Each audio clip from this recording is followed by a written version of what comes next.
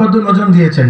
বিচারিক নিয়ম অনুযায়ী নবীর যা যা জানার বোঝার প্রয়োজন ছিল সবগুলো জেনে বুঝে আল্লাহর নবী রায় ঘোষণা করলেন ইহুদির পক্ষে।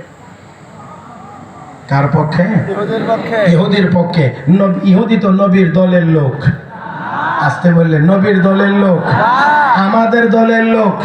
ইহুদিরা নবীর বন্ধু, ইহুদিরা আমাদের বন্ধু না, না না, ইহুদিরা আমার নবীর বন্ধুও না, নবীর উম্মতের বন্ধুও না।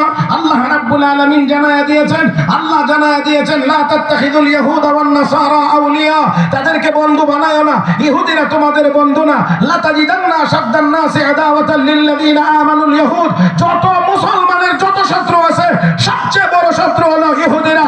অতএব আমার বন্ধুরা মনে রাখতে হবে, ফিলিস্তিনের মুসলমানেরা মার খায়, তাদেরকে মারে এর একমাত্র কারণ হলো তারা মুসলমান। এই কালেমাওয়ালা হওয়ার কারণেই তাদের উপরে এই নির্যাতন। আমরা মুসলমান 200 কোটি, পৃথিবীর 40 ভাগ ভূখণ্ড আমাদের দখলে, খনিজ সম্পদ, দামি সম্পদ আমাদের নিয়ন্ত্রণে। আর বর্তমান মুসলিম উম্মাহ পারমাণবিক শক্তি সম্পন্ন হওয়ার পরেও আমরা আজ ন্যায্য কথা বলতে পারি না। শুধু জাতিসংঘের ভাষণে গিয়ে কয়েকটি শব্দ উচ্চারণ করে প্রতিবাদ জানানো পর্যন্তই আমাদের সব শেষ। আমরা যে মুসলমানেরা নদী পার হয়েছি নামাজের মুসল্লা বিষয়ে, আমরা মুসলমানেরা জঙ্গলে ভাষণ দিয়েছি, খালি হয়ে গিয়েছে। আমরা মুসলমান নদীর নামে চিঠি লিখেছি, নদীতে জোয়ার এসেছে। সেই মুসলমান 200 কোটি মুসলমান 60 লাখ ইহুদির সামনে এমন করে কথা বলতে পারে না।